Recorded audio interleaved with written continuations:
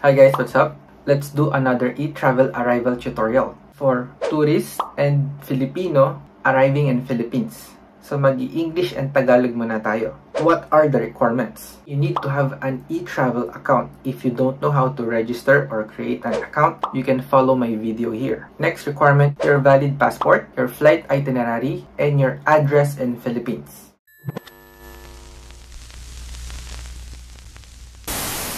You can submit your e-travel arrival 4 days prior to your arrival date in Philippines. Start by logging in to etravel.gov.ph. E-travel is free of charge. Wala kang babayaran. I have made a video of this. These are the fake e-travel websites, so be careful guys. Change costume muna tayo. Click New Travel Declaration. You can submit an e-travel for yourself or for your family. For others, if you added their name in your family member, we will just choose for me. Choose air because our travel mode is by flight. And then click arrival.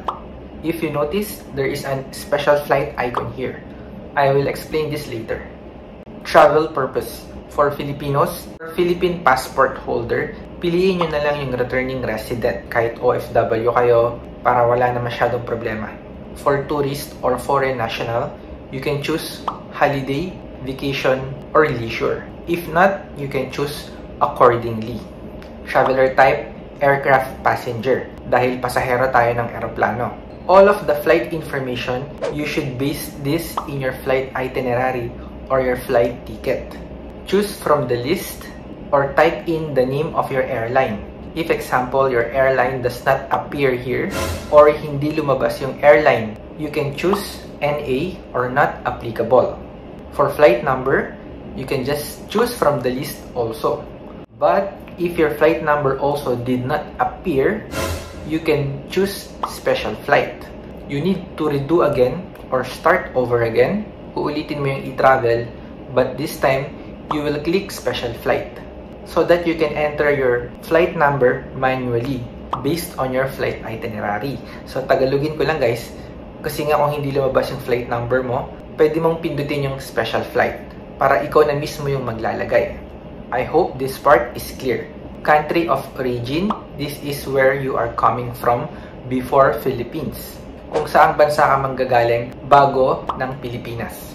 Type in the name of the airport. Date of your flight, the date of your departure flight from your country of origin. It's also in your flight itinerary. Let's say you have a connecting flight, you can click transit flight. You can only declare one connecting flight. Let's say you have 3 to 4 connecting flight. From country A, magta-transit ka to country B, C, and then arriving in country D, which is Philippines. There is no wrong answer here. If you want, just choose country C. Type in the name of the airport and choose from the calendar the transit flight date. Anyway, if you don't have a transit flight, just remove the check icon. Airport of destination in Philippines. Saang airport ka dadating sa Pilipinas? Most of the international flights, you will arrive in NAIA Terminal 1, 2, and 3. Date of arrival or when will you arrive in Philippines? Kailan ka dadating ng Pilipinas? Your address in Philippines. Para sa mga Pilipino, i-check nyo na lang yung same as permanent country of residence para hindi mo na itatype yung address mo. For tourist or foreign national, choose which hotel or resort you will stay. Use the search feature and type in the name of the hotel. But if you are staying via Airbnb, you can choose residence. If you have a transit flight or when you arrive in Philippines, you need to transfer to another flight, choose transfer via airport. And then choose which airport in Philippines and which country you are going. Press next. Health declaration. If you are feeling unwell or exposed to an infectious disease. 30 days prior your arrival, answer accordingly, yes or no. And then choose from the symptoms that you are experiencing or you have experienced. Choose as many as you want if it's applicable. But for this tutorial, we will not declare anything. Let's choose no. press next. Customs declaration, I'll just do a quick explanation. For baggage naman, bringing in items that are not exceeding to personal quantity. It's not for business, it's not for selling. You only need to answer this or declare if you are bringing in cash, cold cash, notes, or check more than 50,000 pesos or sobra ng 50,000 pesos. If it's non-Philippine money, it shouldn't be exceeding of 10,000 USD or 10,000 US dollars. Just ask me in the comment section if you are not sure if you need to declare or not. Your bank savings, e-wallet, pocket money, only those hand carry money. Anyway, we will choose no because we have nothing to declare. If you are traveling with your family, declare how many minors below 18 years old and adults in your group.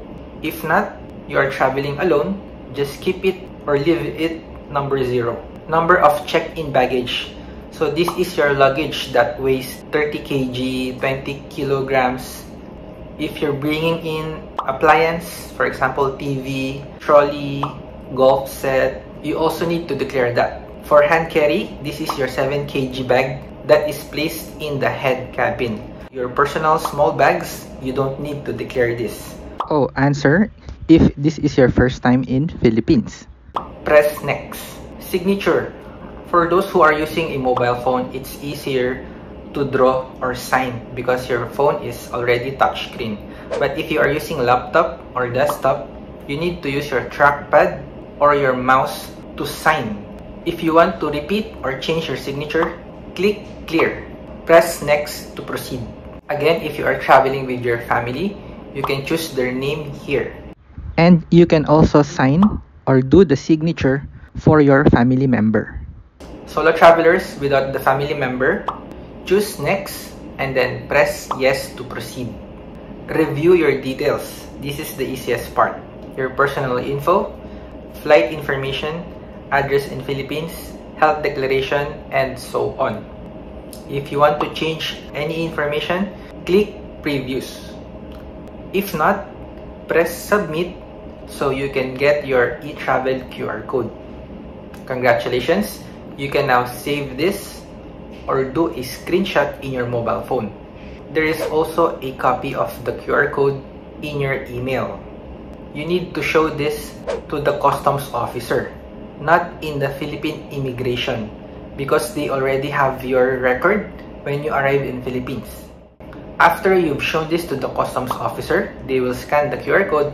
So Tagalogin ko lang, pagdating nyo ng Pilipinas, hindi nyo na kailangan ipakita sa immigration to. Diretso lang kayo, ipapakita nyo sa custom officer bago kayo umalis ng airport. If you have any question, just comment down below. Thanks for watching. Sa mga laging nanonood at sumusuporta, maraming salamat. Na-busy tayo kaya hindi tayo makapag-upload kasi ang gulo-gulo sa Pilipinas. Grabe, pati ako naapektuhan.